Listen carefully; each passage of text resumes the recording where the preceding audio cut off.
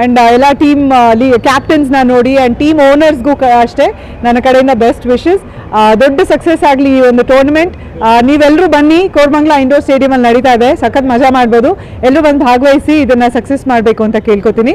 And ಇಡೀ ತಂಡಕ್ಕೆ ನನ್ನ ಕಡೆಯಿಂದ ಬೆಸ್ಟ್ ವಿಶಸ್, ಕ್ವೀನ್ಸ್ಗೆ ನನ್ನ ಕಡೆಯಿಂದ ಬೆಸ್ಟ್ ವಿಶಸ್. ಓಕೆ, ಆಸಕ್ತಿ ಅಂದರೆ ಮುಂಚೆಯಿಂದ ಭಾರತದಲ್ಲಿ ಯಾರು ಕ್ರಿಕೆಟ್ ಆಸಕ್ತಿ ಇರಲ್ಲ, ಎಲ್ರಿಗೂ ಇರುತ್ತೆ, ನನಗೂ ಹಾಗೆ ಇದೆ.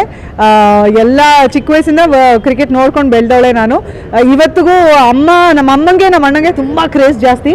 ನಮ್ಮ ಅಮ್ಮಂಗೆ ಯಾವ ಲೆವೆಲ್ ಕ್ರೇಜ್ ಅಂದರೆ, ನೀವು West Indies, South Africa, Australia ಆ ಟೀಮ್ಗಳೆಲ್ಲ ಅಮ್ಮ ಪ್ಲೇಯರ್ಸ್ ಹೆಸರುಗಳೆಲ್ಲ ಹೇಳ್ತಾರೆ, ಅವ್ರನ್ನ ಗುರ್ತಿಡಿತಾರೆ, ಅಷ್ಟು ಡೀಪಾಗಿ ಕ್ರಿಕೆಟ್ ನೋಡ್ತಾರಮ್ಮ.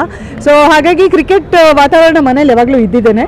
So I always enjoyed it. And ನಮ್ಮ ಸೆಲೆಬ್ರಿಟೀಸು ಇವಾಗ ನಮ್ಮ ದೀಪು ಮಾಡ್ತಾರೆ, ಕಿಚ್ಚ ಸುದೀಪ್ ಅವರು.